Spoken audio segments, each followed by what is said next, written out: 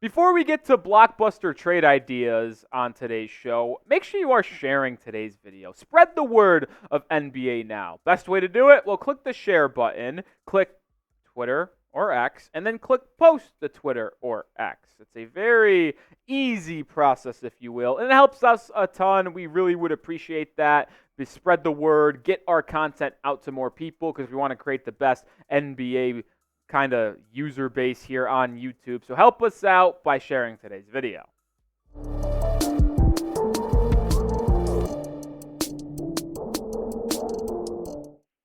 I am Nic Rohloff. This is NBA Now by Chat Sports. On today's show, we're going to go through some blockbuster trade ideas that were suggested from Bleacher Report. And I do want to preface that because some of these trades are so-so in my eyes, but we will break them down, what the trade looks like, how it would impact both sides, go through it all here on the show. And we'll start with Lauri Markkanen because the number one trade idea that they had was Markkanen going to the Atlanta Hawks. A little bit of a shocking one, if you will, because the Hawks kind of feel like they're in sell mode and don't really have assets to go up and get Lauri Markkanen.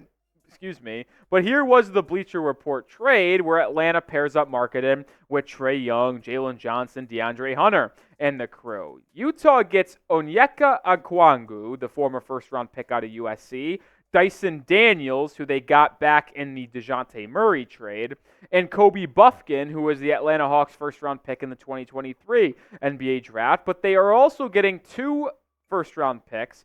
One is a 2025 unprotected pick from the Los Angeles Lakers, and one is the 2025 first-round pick from the Sacramento Kings, which is top 12 protected, which if the Kings achieve what they're trying to achieve with DeMar DeRozan and the crew, probably will convey because they're likely going to be in the playoffs. And if I'm going to be honest, I don't really understand that trade from either side. I don't. Like, the Hawks are in such an odd spot where they're not ready to compete, and they're clearly in a different tier, right? Like, if you went tiers in the Eastern Conference, you have the top three of Celtics, Knicks, and then you have the Sixers. And then you have the next tier where it's like the Cavs, Magic, Pacers, Bucks, and then you have the Heat barely reaching into there. And then you have that next tier where it's like the Hawks, Raptors, Bulls, where they're not going to be able to compete. They're play-in teams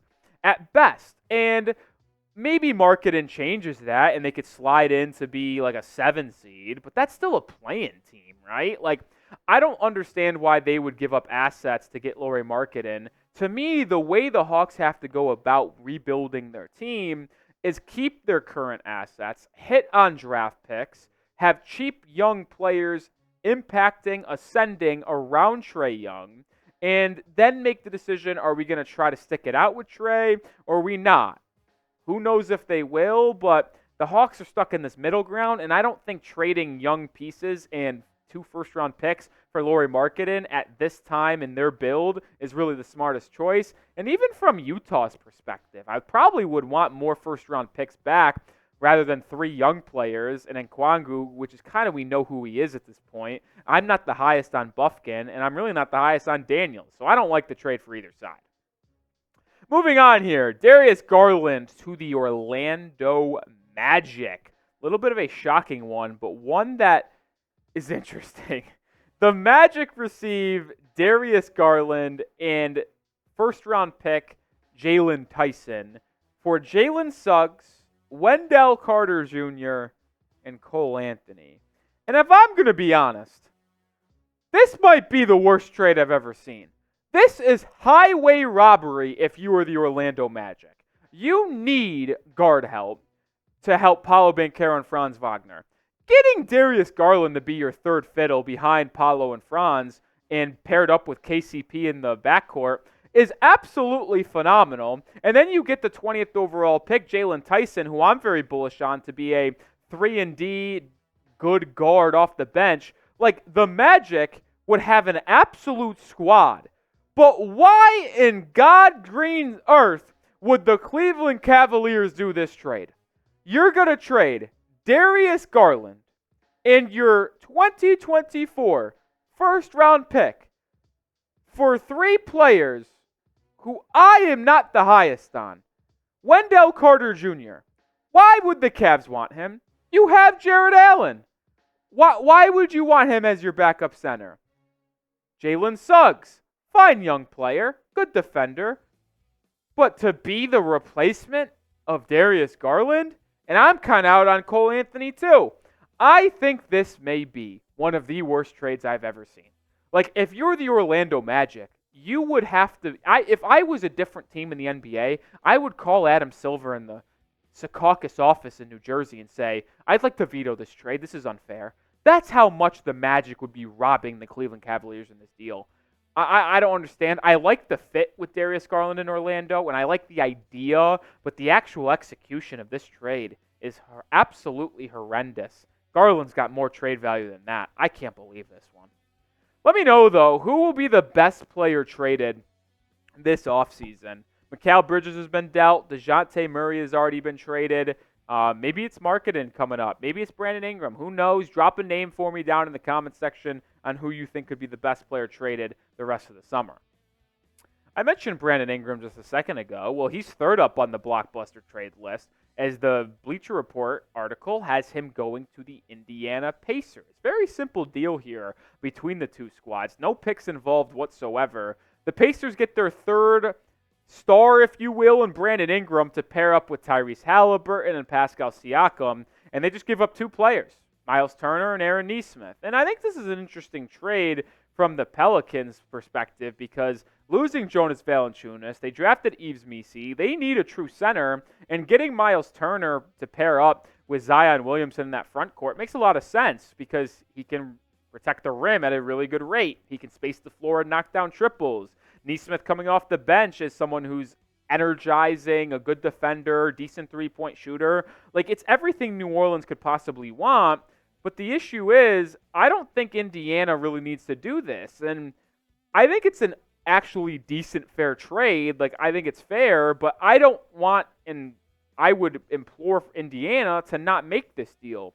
I actually think it makes them worse because when you think about what the Pacers would have at center if they traded Miles Turner, it's not great. They would be having to really hope for a big jump from Jarris Walker in year two after basically not playing at all in year one. Like, the front court for Indiana, for a team that is already one of the worst defensive teams in the NBA, sure, they have a magnificent offense, but they had one of the worst defenses in the NBA.